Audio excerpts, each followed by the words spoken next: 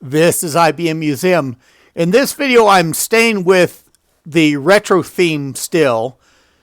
We're looking a little bit closer inside the system of a previous video that was my retrofit from years and years ago.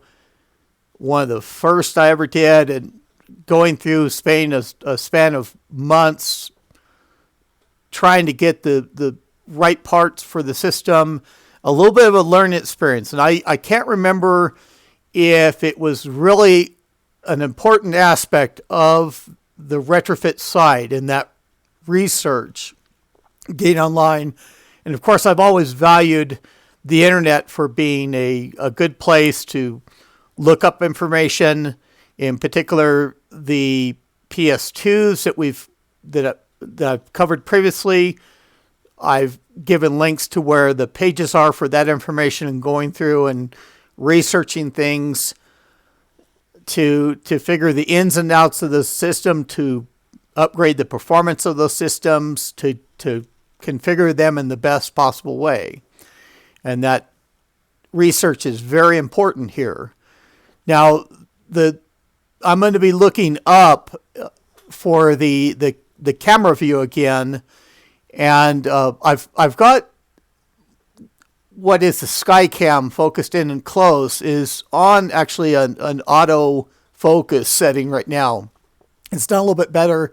It kind of has to rely a little bit on the light, and I will see that improve as I go through and put things in the area of its autofocus for it to key in on.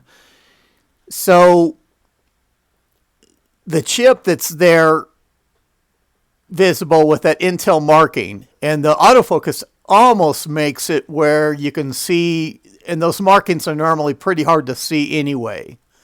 That's why I have my magnifiers on. But that is actually an Intel, as we can all see there, 82443 chip. And going through and looking up information on that chip, let me go through and pull up a page of that information. It shows that that's part of the Intel 440BX chipset. And this is known as the Northbridge side of that chipset. They identify chips that could be the south bridges, the possible south bridges that are paired with that. And on this motherboard for this IBM Aptiva motherboard, it has the Intel 82371EB Southbridge chip. Now, the Northbridge is important on the aspect of the memory angle. That's what I want to address today. I said in the previous video that I was looking at expanding the system memory of the system because I only had those two 64 megabyte memory modules in there to have a system memory of 128 megabyte. And I was probably very limited on the number of memory modules that I had around at that time. Today I went through and I brought my, even have some stuff sitting on it here, but I brought my memory bin modules that I could look through and find out if I had some that would be compatible with this system. Let's get back on well, I need to explain some of the stuff on this page, but let's go back to the Skycam for just a moment. See if we can get it to kind of focus in on some of the areas. And I'll cover let me pull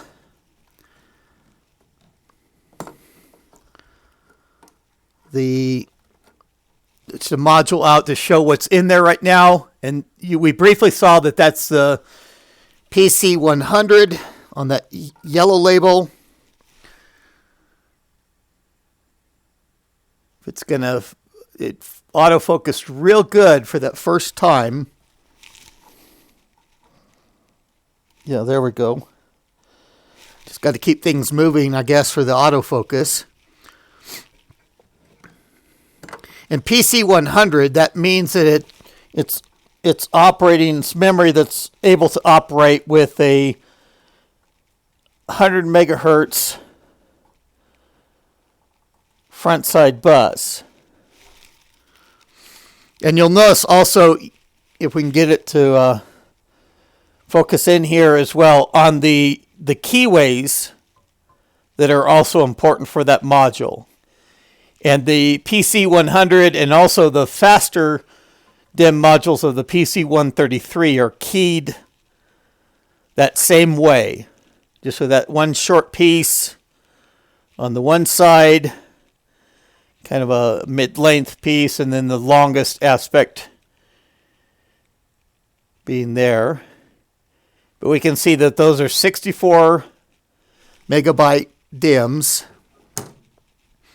marked with the IBM label in this case, although that's a relatively generic memory. And this is the modules I was looking at putting in there. Wow, and I can't get it to autofocus the same way on that. Get out of the light here. And this is a 128 megabyte module. It's hard to see that left-hand label here, just to the lighting. The lighting is up to a level that it washes out on my beard for the whiteness, but down in there it's really hard to see in that cavity. But this is actually PC133 modules. Let me actually get both of them seated here, and then of course you can see with the this is the metal flange I'm talking about here that is in the way of using that third slot for the moment. And that's going to be another aspect later on that I'll have to address of going through the mechanical aspect, the modification aspect. And okay, I'm going to get both modules seated in here. As you push down, you should hear that click. You know, that's the view of that module.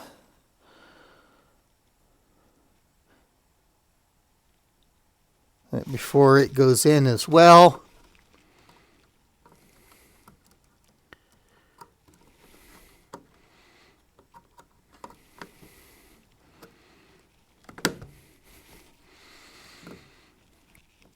And as I get out of the light, I'll see how that's able to, well, it did real good focus there for a second. And the chart that you see, that's just on the multiplier settings, controlled by that blue switch block that's over on the right-hand side of this view. And it does even have a label for the model of the motherboard here as well. And that could be of possible research value. I want to go through, let's get this page back up just briefly, just to kind of look at some of the things. Now this is actually for IBM ThinkPads. online called ThinkWiki, but it's good information. I mean, this chipset, as we see, exists on the desktop motherboards as well. So it's going to talk about mobile processors here, mobile Pentium 2, mobile Pentium 3, same equivalent. You know, we've got a Pentium 3 CPU here. Now, it says supports the following memory modules up to a maximum of 1024 megabyte. And that's a gigabyte of RAM. PC 133 will be limited to PC 100 speeds. It has PC 100 marked with that same number 1 footnote, and we'll look at that in just a moment. PC 66, EDO 60 nanosecond, and so I do have some of these DIMMs in these modules. The EDO DIMMs that are 60 nanosecond. I even have an 8 megabyte DIMM module with DIP memory that's soldered in on that. The chips that are not quite as flush as the DIMM modules that we have here that I've shown. The PC66 is also a little bit of that early type when they were just getting into the DIMM modules from using SIMs previously before. And that was just a movement as they got into different newer CPUs, wider bus widths of that memory, of going through and putting in a single DIMM module to cover the instances of having to install multiple SIMs. And then you find it out there in the retro world, of course, as they make that transition, you'll even find some motherboards with both types of memory sockets as well. But the EDO 60 nanosecond and PC66 are going to be memory that is normally too slow for this unit. It's 100 megahertz front side bus speed.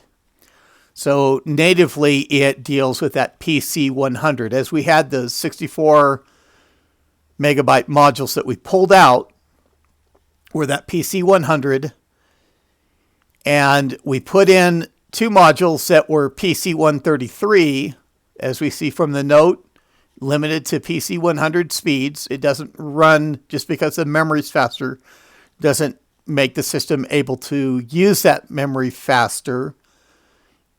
It's able to go just like a car. You're able to go faster in that car, even if you observe the 25 mile per hour speed limit, lower than what the car is capable of. So the modules, the DIMM modules, will fit within those sockets, and it's going to run them at that PC 100 or the 100 megahertz front side bus. Now, the footnote that we have there, it says the 82443BX, I'm reading from the bottom, is incapable of addressing more than 256 megabyte on a single RAM module, which causes most ThinkPads, and we can, of course, remember that it's talking about our unit as well, not necessarily limited to ThinkPads. Causes most ThinkPads to max out at 256 or 512 megabyte, depending on if they have one slot, they're maxing out at 256. 2 slots is the 512 megabyte. Certain ThinkPads may have, X amount of memory soldered in on the motherboard, and gives those numbers as in the listing there. So I wanted to, from that aspect, to point out that we have still the autofocus is not coming in on that, but we have the 3 slots, and I put 128 megabyte modules in 2 of the slots, but the slots are able to handle up to a 256 megabyte DIMM module. And it's just that I didn't have any 256 megabyte modules here in my bin. I did have two 512 megabyte modules, and I knew from reading that listing that they probably wouldn't work, but Hail Mary, I tried, plugging them in and didn't get a response from the system for those modules as expected. But I've gone through and I've ordered 3 256 modules. I'll go through and modify the case later on, whether that's on video or not. And I haven't decided. I may just go through and put some paper towels down underneath that with the modules removed to see if I can take a Dremel or some other rotary tool to that. And of course, by putting the paper towels down there or a rag underneath, I'm trying to collect and not have those metal filings go anywhere to lodge in the motherboard. But I just have to see if it's easy enough for me to pull out that piece of metal that I'm wanting to work on. I'll do that. I mean, I have other work to do on the case as well, such as shortening down all those cable leads that I've got, and I have pulled back in this instance to just work in that DIMM module area. But I intend to have this filled with 256 megabyte modules eventually, getting to the point where I have 768 megabyte of RAM memory on this system. So let's actually go through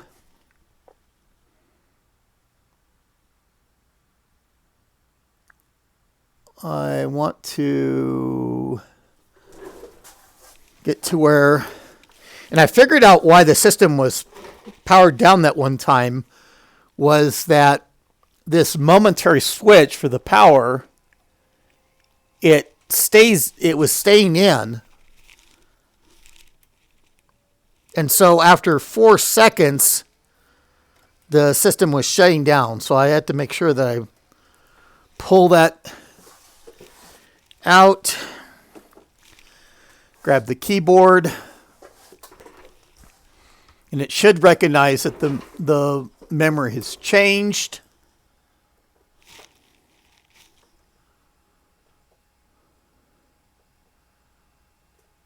Okay. And I think me going through and pressing the F1 key, it suppressed the message, or we didn't see it flash on the screen. But it normally tells you the amount of memory has changed. And we can see there that we have midway down the screen or so that we have 256 megabyte of memory now. And we've previously set all the configuration otherwise. So we're just going to go through and escape for an exit. Yes, we want to exit the setup.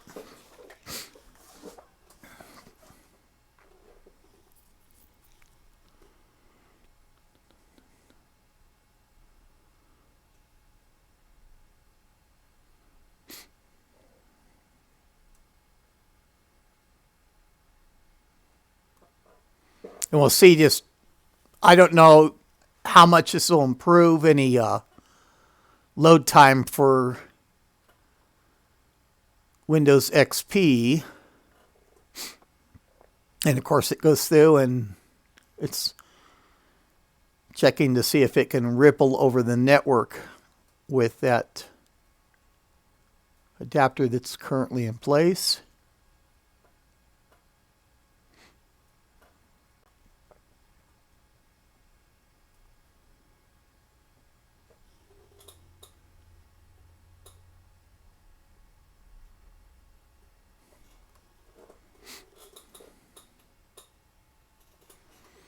Okay, we're booting up Windows XP.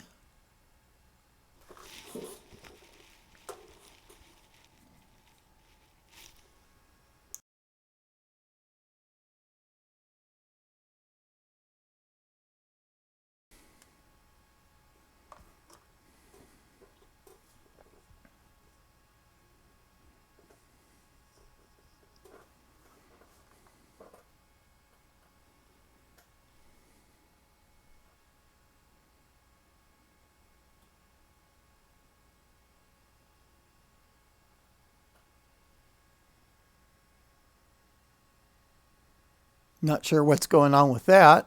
I saw.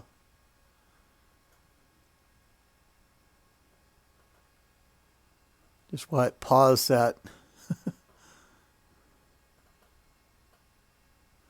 Okay, and that really big screen resolution.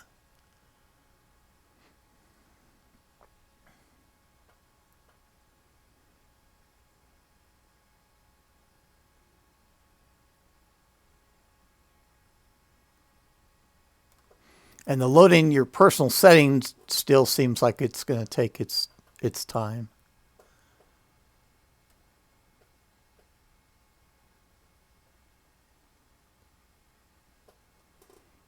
Okay.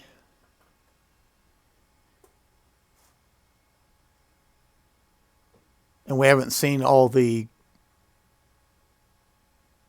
components of the screen draw either for the start button or the clock. And that's the programs that are loading when the system starts up. I will likely have to work with that.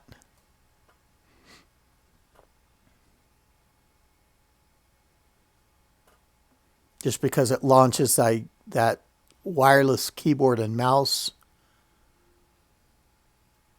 link that we don't have anymore.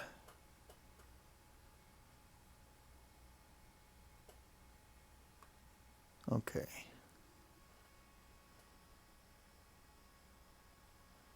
Go up to the My Computer, right click. Yeah, it's still loading that wireless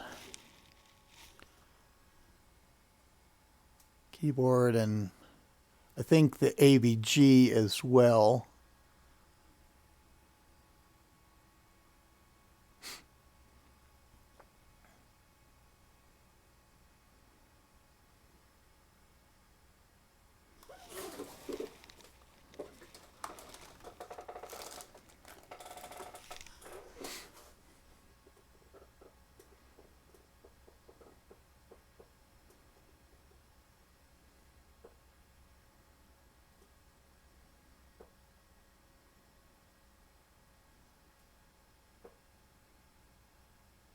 Okay, eventually get there. And we see for the computer information, Intel Pentium 3 processor, 598 megahertz, close enough to 600 megahertz, and 256 megabyte of RAM. And I may want to make one other adjustment too. I thought it was, I observed this the other day, and I can probably go through and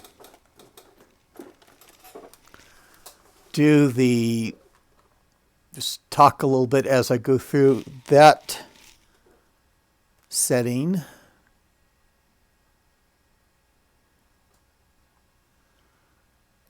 Panel.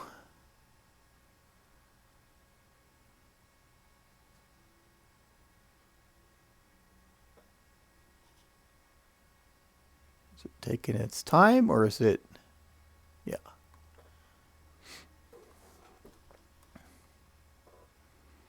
And a lot of screen real estate, and it's really different to see this in a 4:3 ratio.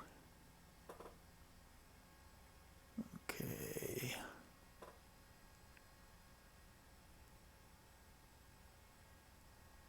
Okay, and I guess I hovered the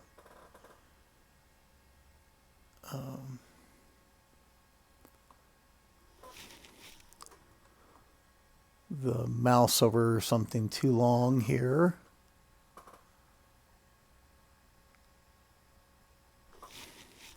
This is the aspect I was thinking of. Wanted to see the time frame.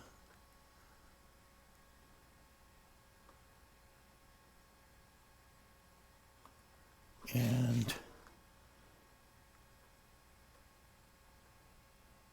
we can actually go through. In fact, let me drag. I doubt if it'll let me drag. Well, maybe it will. Let me drag the control panel off. Okay. Now I talked in the previous video about loading Firefox. I did get the system online, or figured out that I had a static IP set, and that was what I was doing at the time for systems in my house. I've gone through now to letting those IP addresses be assigned by DHCP. I may even have a video later on on how I go through to configure my network. I go through and use a lot of reserved IP addresses actually on my network now. And pfSense firewall. And as I revealed in that previous video, I go through and set those reserved IP addresses, and I actually give them a name on the network. And since pfSense firewall works so well to block that incoming traffic that you don't want, and I can show how I set it up, the rules that I do, how I lock down what's allowed to come into the network. But since that gave me a little bit more security that it was doing its job for blocking the things coming into my network, I focused more on what was happening inside my network and go through the graphs of even showing the bandwidth that systems were using on the internal network. And it allowed me to adjust more a little bit for the optimization of the internal network based on that. So, but here, returning to my point, I didn't, even though I got the system online and Internet Explorer able to pull up older pages, Firefox, for any version that's of any number of years prior to this, requires a Pentium 4 CPU. Just for I think it's the SSE instruction set that is on those processors and not on the Pentium 3 processor. So we might be able to add enough RAM in there. We're locked down to where some of the later Pentium 3 models with the 133 megahertz front side bus, I mean, they were really getting good. I mean, they beat out the early models of the Pentium 4s. They had higher performance. Even I had some systems that I was able to run dual Pentium 3 CPUs, late model Pentium 3s, and very nice systems. Ran very good compared to those earlier Pentium 4s. But we're just going to be limited in this case. This system is just not going to be able to run Firefox to any level on it with that Pentium 3 CPU, even though that's capable enough and does the minimum task. So I'll have to decide. I mean, this is not going to be an online system, but I'll find some use for it. But I wanted to show this. This is I should have actually gone through and done the preview while I talked as well. But we'll just make sure that we don't disturb that preview as it goes through. I really like this screensaver. I had it loaded on a few systems, and it came in the software selections CD. And I'm not going to go through for my site and release this because the particular IBM this representation, I forget who the artist was. Maybe I can find it in the as I go through and upload the video and do a link. But it's it's artwork. It is it's protected under law. I'm not going to go through and release that either, even though it's a great screensaver. I just think it's kind of neat how the eye follows the bee around on the screen. Just let that play a little bit. And we just went over 30 minutes of recording time. It's nice to have a little bit shorter video. I will probably go through and just do a short video as I get the 256 megabyte modules after I've gone through and modified the case. Who knows? I may go through and even get something for that. Maybe I can run it from my camera that actually focuses in shorter lengths better than what this webcam does. And I tried locking in that focus length, and the autofocus seemed to work a little bit better for when I moved DIMM modules and in front of that to make the adjustments. But I'm constantly trying to improve the video appearances and even this is a second take for me. I just wasn't happy with what I did as the first take of this sequence. Thought I could be a little bit more descriptive in a second take. So I'm working towards that. Certainly, if you like the video, go ahead and click on that like button for the aspect that I've touched on here. I have lots of content, of course, that I'm going to have on the channel. If you want to see that content, of course, subscribe to the channel. Gaining subscribers. I was at 125 subscribers earlier. I even heard the chime as I was doing this video to get that 126th subscriber. And maybe it's even gone higher by now. It is growing at a steady pace. But of course, I would like to have more subscribers to my channel, as anyone would. But that is all I have for now. This is IBM Museum. Thank you.